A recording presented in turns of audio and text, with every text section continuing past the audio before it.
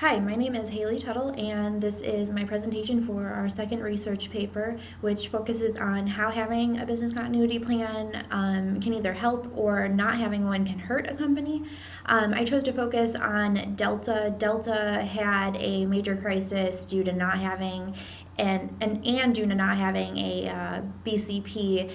It created more problems than they actually ended up ever needing. So to begin, obviously I'm doing Delta Data Center Crisis. So for the beginnings of Delta, they were founded in Macon, Georgia, and actually started out as a crop dusting company in 1924. Shortly after that, by 1929, they had turned into a small passenger flight company and were officially renamed Delta Airlines Inc. in 1945. And since that point on, they had just continued to grow.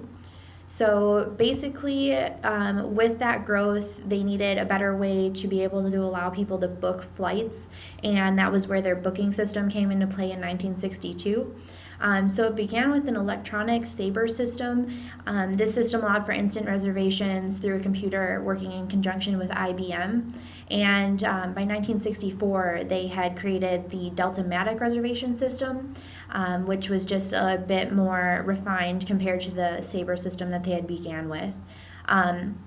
And then from there on out, they didn't really make any major changes and just started doing computer reservation updates basically in the 1980s and just continued on throughout that point. So basically, because of the way their system worked, a crisis was able to hit. So in August 8th of 2016, at about 2 o'clock in the morning, power was lost to their main data center in Atlanta, Georgia. And by 5 o'clock a.m., a ground stop was issued, and basically the ground stop prevented any other planes from taking off since they were unable to kind of do anything with monitoring their planes and their flights and everything like that because their entire system crashed because of this power outage. It took till 8:40 a.m. for their power to be restored, and the ground stop was lifted by 9 a.m. Unfortunately, it was a pretty long outage, and by 3:40 p.m. it was noted that only 650 flights were actually canceled, and only 2,340 or so were actually allowed to take off out of 6,000 that were scheduled that day. So it struck them pretty bad, and unfortunately they just didn't have any plans in place of how to properly deal with something like this. So basically, for the reasoning behind why this happened and this power outage took place causing a system crash was because a switchgear failed, and the systems that were based on that power that they were getting were unable to reroute to any backup. This I found was a bit difficult while doing research on. I actually found that one reason that was posted online was because their backup generator had actually caught fire because they were actually trying to move the power from that to the backup generator for routine testing and maintenance. However, I think the main cause that I'm sticking with is that the switchgear failed and they couldn't reroute it, and the switchgear is just like a fuse box, and it routes the power to specific areas that it needs to be in. So once that happened, the company did take some steps. However, it wasn't quite the proper steps. So basically the steps, really the only step taken, was that Delta CEO Ed Bastian released a public apology which offered system-wide waivers to any of the disgruntled consumers that had been flying and had not been able to get on their flights or were delayed for an extended period of time while this was taking place. That was really the only thing that I could find that was in line with any sort of kind of like business continuity planning, which communication is a key thing, yes, but that's not the only thing that you need to really plan for, and I can't even guarantee that that was planned for. So basically, moving on to the steps not taken, I found that two were really just pronounced to me.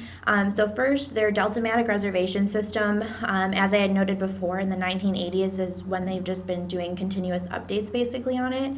So overall, that entire system that works in conjunction with IBM hasn't been completely refreshed since the beginning. So the system's over 50 years old, and being at that age, technology has advanced very far since then. So basically, it's more prone to failure at this point, so they should really refresh that. And the second point is that they only have the one main data center, so their main and only data center, from what I could find, is located in Atlanta, Georgia. So if that goes down, then they're not going to be able to route anything, which is the cause of all of these delays.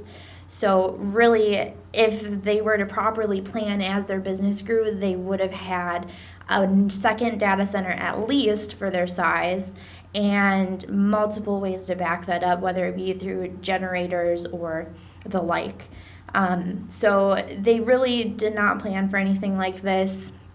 They don't seem very prepared for the size of the company that they grew to, even though they did grow seemingly fast. I think since the 1980s of this reservation system, they should have at least gotten a second data center up and running within the last 40 years or so, or 30 years, I want to say, and they just failed to do that. So overall, the conclusion that I came to with Delta is that basically, as the business safety methods and as the business grows, business safety methods as well as risk avoidance methods need to grow as well. So if the company is going to grow tenfold, then you need to be able to properly support that company if something are to happen. And if not, then you're going to have problems like this. And when this happened, while Delta is a big company and they were able to recover, even if you're a small company and you don't have one, it doesn't guarantee that you're going to recover. Delta's stock dropped extremely much that day. They have recovered, but hopefully this will be a lesson that they need to be better prepared in the future.